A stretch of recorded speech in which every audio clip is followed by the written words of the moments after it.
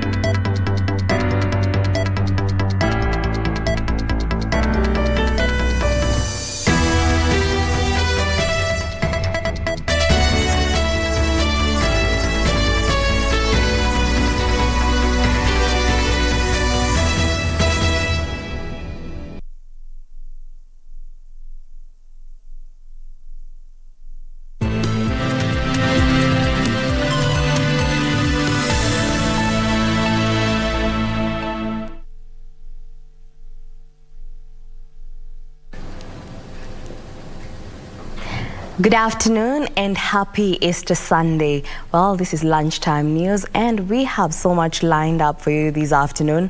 Well, remember you can interact with us on our social media handles at KBC Channel 1. My name is Jackie Wambiru. Our sign language interpreter is Lenza Odingo. And now to kick us off,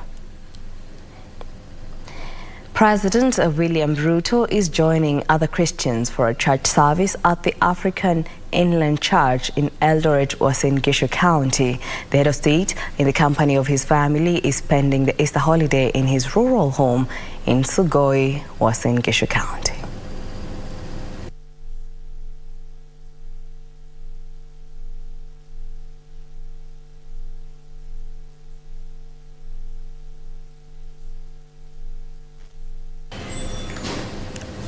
Retired President Uhuru Kenyatta joined the faithful at St. Francis of Assisi Catholic Church in Nyali, Mombasa County to celebrate Easter Sunday. The former head of state, accompanied by the former First Lady Margaret Kenyatta, kept a low profile during the mass that culminated in a fundraiser. Uhuru later mingled with the congregants, exchanging pleasantries and messages of goodwill. It is his first public appearance since the Azimio la Umoja One Kenya coalition began an anti-government protest to address the economic status of the country.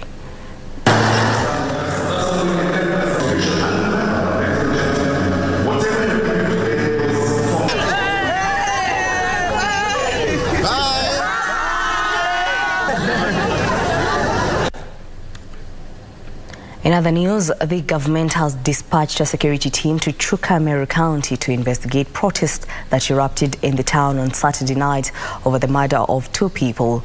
The demonstrations were sparked by the killing of 1 person last week and the fatal shooting of another when residents engaged police in running battles. Angry residents stormed the busy Chuka town in Tharaka Nithi County on Saturday evening. Businesses came to a standstill as protesters called for the arrest of suspects implicated in the murder of a resident last week.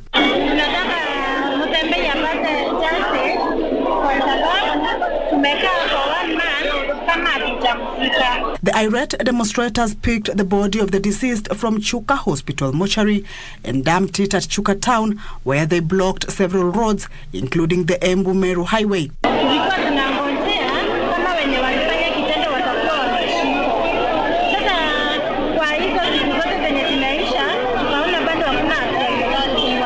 The demos attracting the attention of security personnel who were forced to lob tear gas canisters.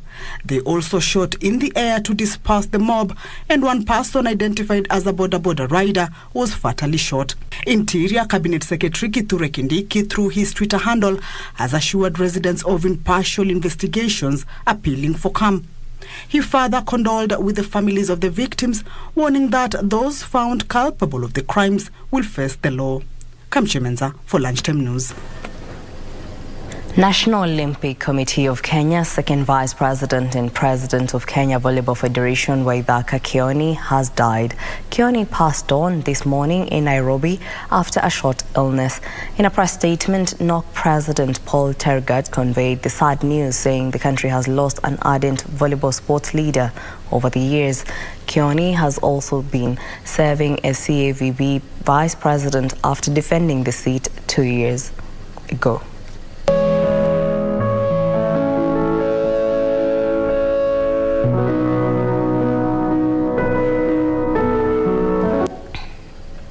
May he rest in peace. A group of Kenyan youth want the government to decriminalize suicide and formulate policies that will effectively address mental illness. The group, calling itself Iko Okay Not to Be Okay, says many suicides are due to underlying mental issues that boil over. Champions of mental health are urging Kenyans, especially the young generation, to talk more about challenges they are facing to avert suicidal thoughts. Under the banner It's Okay Not to Be Okay, a group of youth cycled from Nairobi to Meru to advocate for the criminalization of suicide. When you start handling a person who is going through mental issues as a criminal, then you've not solved the root cause. So tunaomba sana kuongea na stakeholders wetu, including government, to try and find a way that we can be able to help our young people and even people who are suicidal, so that before we start treating you as a criminal, let's find the root cause tukusaidie. Unataka kureduce stigmatization, watu kuitwa majina na hata discrimination, kwa sababu ukiona mtu kiso imepunguka kidogo, unaona watu wanaanza kumhepa badala ya kumsaidia. Sasa hata anakuwa na shida zaidi. The group decried the lack of awareness of mental health issues and the impact of stigma in the rehabilitation of survivors. Meanwhile, a 23-year-old boy has committed suicide in the Magena sublocation in Bomachoge, Borabu, over an alleged family dispute. His body was found dangling from the roof of his room with a rope tied around his neck. Na wakati wa Magena tumeshirikiana, tumekomoa nyumba, tumeingia ndani, tumepata ameninginia kwa truss shoe, amejifunga na kamba ya manila, lakini kwa bahati mbaya alikuwa amekufa hapo kwa hospitali. The deceased body has been moved to the Ogembo Sub-County Hospital mortuary and investigations launched into the circumstances that led to the incident. Arnold Feather for Lunchtime News. And on environmental matters, a group of professionals and local tourists have led a tree planting exercise in water catchment areas of Baringo to mark the Easter holidays. During the exercise, over 10,000 seedlings were planted in Cape Dam and Kipngo Church, with the participants urging residents to take advantage of the rain to plant more trees to mitigate climate change. Of hospitality, we were really affected. Many of the facilities, hospitality facilities in Baringo had been affected, but currently they are restored. And others in the areas of Nakuru, around the Rift Valley lakes. When the drought comes, it also eats us so high in terms of food. We have to procure food at very high cost, which we cannot be able to share the same to the clients. So for us, we encourage everyone, not only the hospitality, but we encourage everyone where they are to plant a tree. This year is to plant over 300,000 trees. And this we are partnering with other organizations. This is a very good thing because especially with the climate change, it is improving this area. People think that Baringo is a very dry place, but what I've witnessed today is not the Baringo that I know. A section of religious leaders has expressed optimism about the outcome of the proposed bipartisan talks between the government and the opposition over issues bedeviling the country. The clergy is, however, calling on the president and the opposition leader to ensure the talks are led by persons who will prioritize the interests of the nation. Newly installed AIPCA Narok Diocese Bishop Dickson Nkoitiko says Kenya is at crossroads and responsible leadership is needed to calm the political storm. Rais wetu wa Jamhuri ya Kenya na Raila Amolo Odinga waweze kupatana na kuzungumza, taifa letu likapata amani, waweze kusemezana, waweze kuzungumza, kwa kuwa maandiko yanasema njooni tusemezane, njooni tuzungumze, hata ikiwa dhambi zetu ni nyekundu kama damu yataoshwa na kuwa nyeupe kama theluji. Kwa hivyo mazungumzo ni Mungu.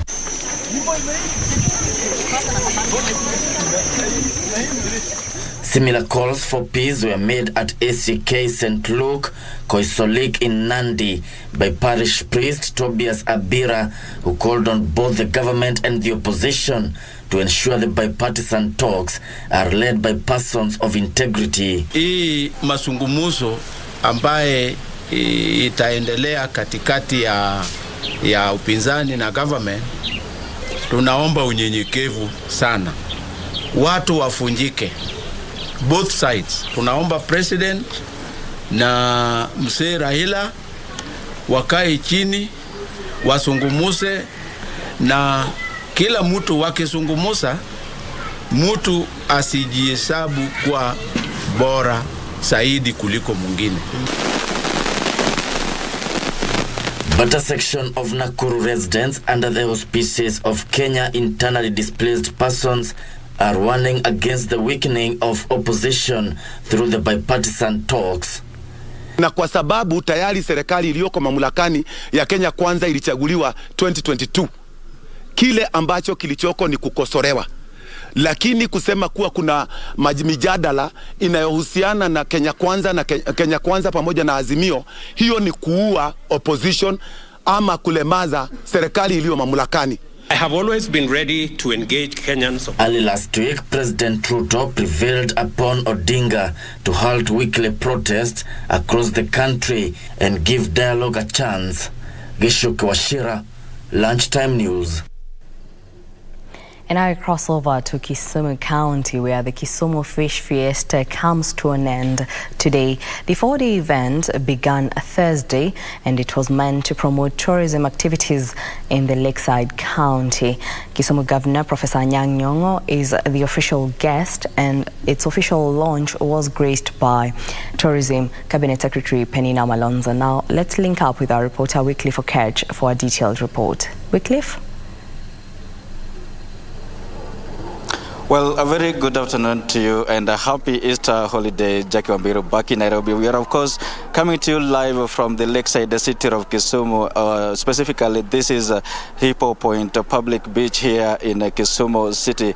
Like you've rightly put it, it has been 4 days of celebrating what the Kisumu city has to offer in terms of tourism activities and the various different products of tourism aspects. And just behind me, like you can see from the background, you can see a very huge humongous design of fish actually to paint the theme of the celebrations that we've been having here since Thursday. The exhibition started on Thursday, but then this event was officially launched and opened by the CS Tourism Penina Malonza on a Friday. And we've had different activities. And just quickly joining me right on set now is the Kisumu CEC that is in charge of tourism, trade, investment, and the industry, Farida Salim, just to help us understand exactly and briefly what has been happening since on Thursday and now that the event is coming to an end today. Welcome to KBC and please tell us more.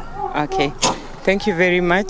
The Fish Fiesta officially started on the 7th and was launched by the CS for Tourism, Wildlife and Heritage. After that, we have been having, there are some activities we had prior to the fiesta, auditions within the 8 sub-counties. Now, what has been happening after the official opening is the finals, and today is the gala festival where we are going to award the winners. You realize we've had boat races because this lake should not be used for fishing alone. We are opening up sports tourism, we are opening up marine transport, and so many other good things. This is just the beginning. And then if you look around, we have so many partners who have come on board. The main aim is to revamp our trade. We also want to change the narrative that people think Kisumu is not a destination for tourism. We want to change that narrative and make people realize that Kisumu is the place to be. Exactly. Thank you so much. Wambiru, that is the CC in charge of tourism, trade, industry and investment here in the Lakeside County of Kisumu, telling us that the plans they have actually to change the narrative and place Kisumu as the investment hub of choice and also tourism destination, especially in the Western Kenya region. Remember the other day, CS Malonza challenged the Western Kenya counties, or rather the counties in the Western region, to diversify tourism products so that to rival Nairobi and the coastal regions, actually to boost the tourism activities, especially in this region. And you've heard right from the CC saying that this is just the beginning, and they intend to extend and expand the tourism products in this region so that they can increase the tourism activities here to for the benefit actually of the locals. Like it has been actually a wonderful 4 days for the business people and the locals here to celebrate Easter, and of course from this we'll be speaking to the traders here to get a feel of what they've had actually with also the locals here, and we'll compile this comprehensively in our subsequent bulletins. For now, let me just hand it back to you in studio, Wambiru, to continue the coverage. Back to you. Well, thank you so much, Weekly for Catch, for that detailed report of the Kisumu Fish Fiesta. Well, on that note, let's take a short break. We shall be right back with more news on Lunchtime News.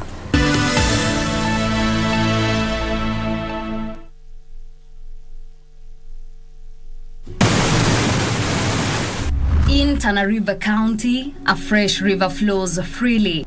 But in a larger part of the county, the farming communities can barely produce enough food for themselves. The pastoral communities too migrate in search of pasture and water. We are in a community that is so intimately attached to livestock. Good afternoon, class. Forcing children out of schools that are left half empty. Join me, Teresa Mutai, for the Tana River County Paradox.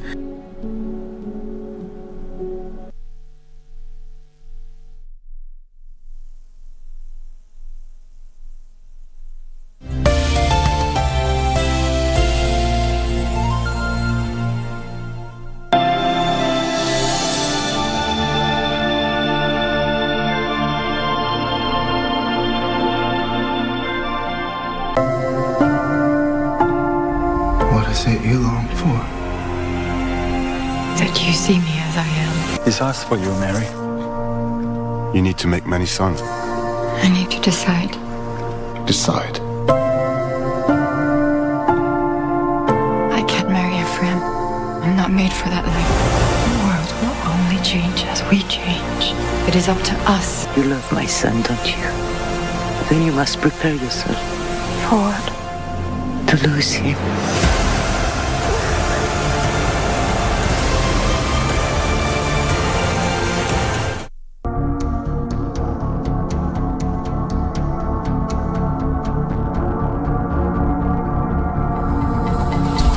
Haikuwa kuua, ilikuwa pesa. I was listening to things that were just amusing and like, really? Okay, yes, you say that I gave you money. What money? You know, when a murder happens in a family, you know, a spouse has died, the obvious automatic suspect is the other spouse.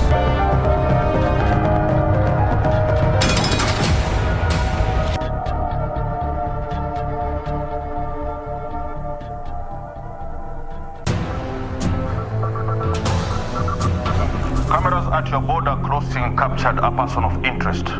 Tunaamini kwamba Imran Saidi ndio Burhan's new bomb maker.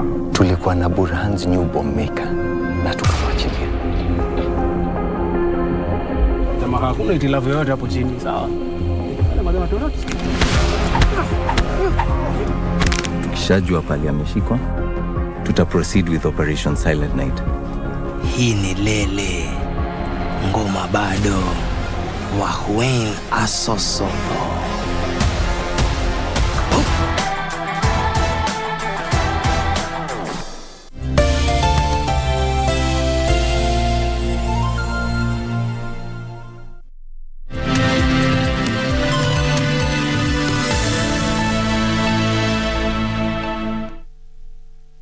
Welcome back. 50 vehicles were impounded on the first day of a joint crackdown on non-compliant vehicles conducted by the National Transport and Safety Authority and the National Police Service along Nakuru-Nyeri Highway to curb increasing road accidents. The two entities at the same time rolled out a sensitization campaign to educate drivers and passengers on the importance of adhering to road safety rules. However, a section of road safety lobby groups want the management of the National Transport and Safety Authority overhauled over its alleged failure to execute its mandate.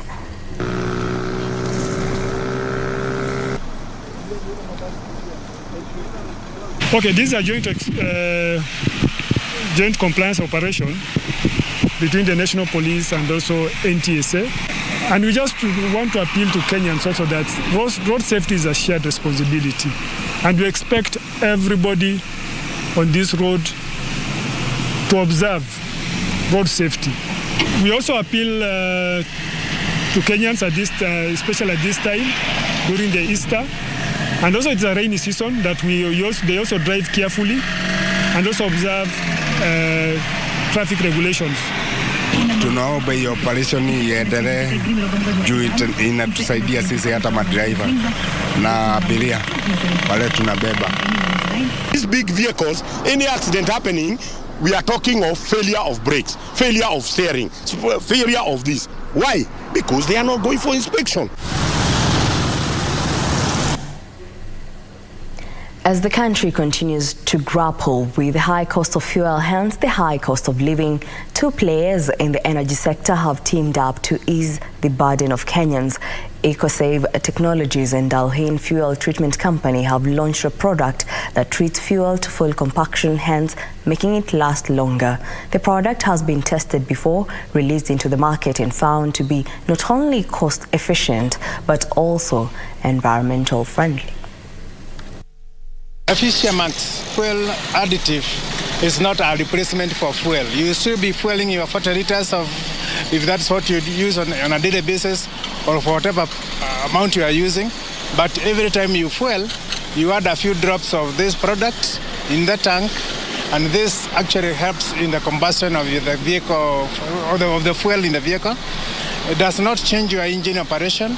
It only increases the thrust, the efficiency of your engine. It also improves on the lubrication, because with the Fisher Max, your oil change doesn't have to happen very soon.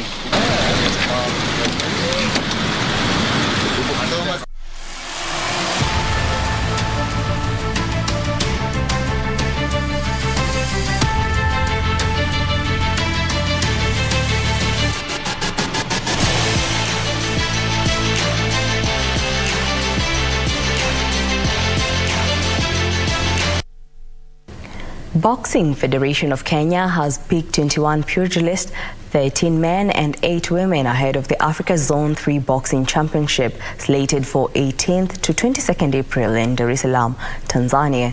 The Kenyan team is currently on a non-residential training camp at Mathare Depot in preparation for the regional showpiece. Some of the top pugilists in the men's squad are Shafi Bakari, David Karanja, Boniface Mugunde and Samuel Njao, while the women's squad will be led by Christine Ongare, Friza Nyango, Amina Martha and veteran Elizabeth Andiego. Kenya finished second in last year's championship held in the Democratic Republic of Congo with 18 medals behind host DRC.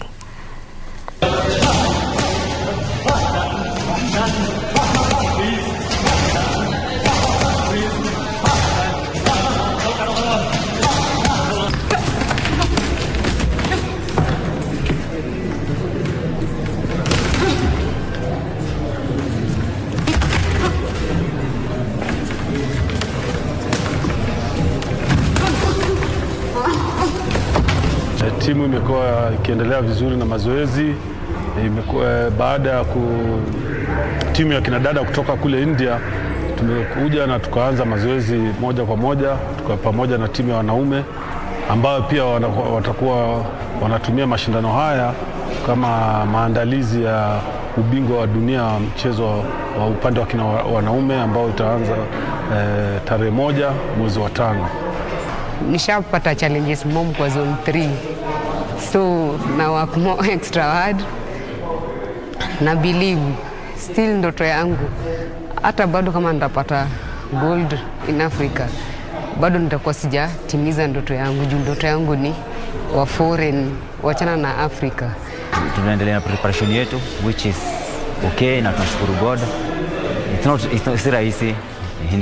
Si rahisi. You have to put your heart. Unaweka hati yako yote hapa.